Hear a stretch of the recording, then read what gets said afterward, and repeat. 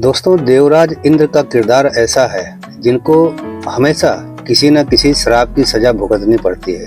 एक बार उनको किसी ऋषि ने श्राप दे दिया कि जाओ तुम पृथ्वी लोक पर सुअर हो जाओ, और वो अपना सिंहासन छोड़कर पृथ्वी पर आ गए सुअर की योनि में। स्वभावतः उनकी एक पत्नी थी जो सोकरी थी, और उसके 10-12 बच्चे। भूल गए वो सब कि वो कौन है, क्या हैं। अब उन्हीं बच्चों में और अपनी पत्नी में इतना वो रस लेने लगे जिसका कोई हिसाब नहीं। कीचड़ में पड़े रहते थे हमेशा अपनी पत्नी के साथ, मैला कुचैला खाते रहते थे। देखते हैं ना हम सुअरों को, तो उनकी दशा ऐसी हो गई थी कि जो उनके साथी देवता थे उनको बड़ी तकलीफ होती थी उनकी दशा देखकर। वो बड़े चिंतित थे, दुखी थे कि इनको इस योनि से कितनी जल्दी छुटकारा मिल जाए। एक दिन वे सब उनके पास आए तो देखा कि वो नाली में पड़े हैं अपनी सुअरिया के साथ, और 10-12 बच्चे बड़े प्रसन्न, बहुत खुश, हंसी ठिठोली चल रही है। तो उनके साथी देवताओं ने आकर उनसे कहा कि प्रभु, आप इंद्र हैं, आप बद्ध हैं इस शरीर में, और इससे मुक्ति करने का, इससे मुक्त होने का कोई उपाय करें। ये शरीर या तो मृत्यु को प्राप्त हो जाए या फिर किसी तरह छिन्न विछिन्न हो जाए, तो आत्मा इस शरीर से मुक्त हो जाएगी। तो उनके साथी देवताओं ने सोचा कि अगर हम मृत्यु का इंतजार करेंगे तो बहुत लंबा है समय, कितने साल निकल जाएंगे कोई पता नहीं। शरीर जरा जीर्ण होएगा, मरेगा, उसमें समय लगेगा ना। तो उन देवताओं ने कहा कि हम इस शरीर को नष्ट कर देते हैं, छत विछत कर देते हैं, मोह तोड़ देते हैं इसका। इसके लिए उन्होंने अपने अस्त्र शस्त्र निकाले और उनके परिवार को, उनकी पत्नी को, उनके बच्चों को मारने के लिए जब आगे बढ़े, तो इंद्र जो सुअर के शरीर में बद्ध थे वो एकदम से चीखने चिल्लाने लगे कि नहीं, ये मेरा परिवार है, ये मेरा जीवन है, मैं इसे छोड़ना नहीं चाहता, मैं बहुत प्रसन्न हूँ, मैं खुश हूँ। क्यों? क्योंकि उसके अतिरिक्त उनके पास और खुशी थी ही नहीं। वही कीचड़ में लौटना, वही गंदा मैला कुचैला खाना, आनंदित थे वो, बहुत आनंद में थे। हर सुअर को लगता है जब वो कीचड़ में लौटता है और मैला कुचैला खाता है तो बहुत आनंदित होता है।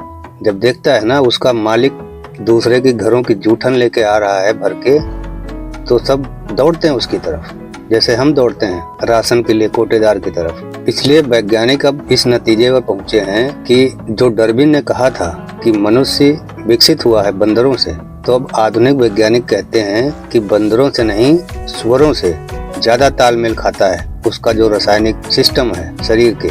और इंसानी अंग, किडनी, गुर्दे, ये सुअरों के शरीर में पैदा किए जा रहे हैं, बंदरों के शरीर में नहीं। तुम देखते हो ना, सुअर तब तक आपस में बहुत तालमेल बनाकर रखते हैं जब तक उनका मालिक उनके लिए जूठा खाना लेकर नहीं आता। और जैसे ही देखते हैं कि उनका मालिक दूसरे की घरों की फेंकी हुई जूठन लेके आ रहा है, वैसे ही वो एक दूसरे को कुचलते हुए, मारते हुए, काटते हुए दौड़ पड़ते हैं उस खाने की तरफ, टूट पड़ते हैं खाने पर, और उस छीना झपटी में एक दूसरे को लहू लुहान कर देते हैं। इतनी जद्दोजहद करते हैं उस जूठन के लिए। यही भाव हम इंसानों के भीतर भी देखते हैं। इंसान देखते हो बड़े आराम से बतियाता है, बातें करता है, ऐसे लगता है कि कितनी आत्मीयता है उनके अंदर एक दूसरे के प्रति। लेकिन जैसे उनको पता चलता है सीटों का बंटवारा होने वाला है, बस एक दूसरे को धड़ाधड़ गोलियां चलाने लगते, एक दूसरे के दुश्मन हो जाते हैं। ये जो प्रवृत्ति है ये उनको सुअरों से ही प्राप्त हुई है, बंदरों से नहीं।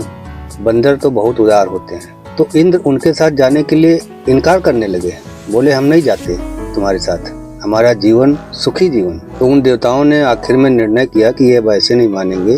उन्होंने अपने अस्त्र निकाले, तलवार, चाकू वगैरह, और उस सुअर को चीर फाड़ दिया, काट दिया, टुकड़े टुकड़े कर दिए। और जब शरीर नष्ट हो गया तो आत्मा मुक्त हो गई। जब आत्मा मुक्त हो गई तो वो अपने असली स्वरूप में आ गई। तो तब इंद्र ने पहचाना कि वो मैं तो इंद्र हूँ, मैं नाहक ही सुअर के वेश में, और कितना अपना समझ रहा था मैं इस सुअर के शरीर को।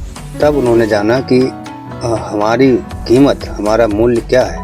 ऐसे ही दलितों को लगता है कि वो जिस शब्द के साथ जी रहे हैं, चमार के साथ, शूद्र के साथ, वो ऐसा ही आनंददायी है।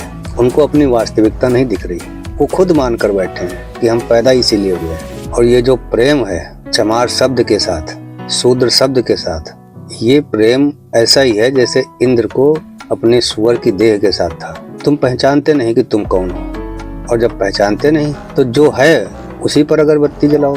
देखते नहीं हो, भिखारी अपने ही घर को सजाता संवारता रहता है, उसी को सजा संवार लेता है। जिसके पास जो है उसी के साथ आनंदित रहता है। उसके अतिरिक्त उसके पास और क्या खजाना है वो कभी इसकी खोज नहीं करता। संतोष विकास में बाधा। संतोष विकास में बहुत बड़ी बाधा है। अगर आप इस जमीन पर आकर बेचैन नहीं हैं, परेशान नहीं हैं, बहुत आनंद से खर्राटे ले रहे हैं, तो आप अपने पैरों पर कुल्हाड़ी मार रहे हैं।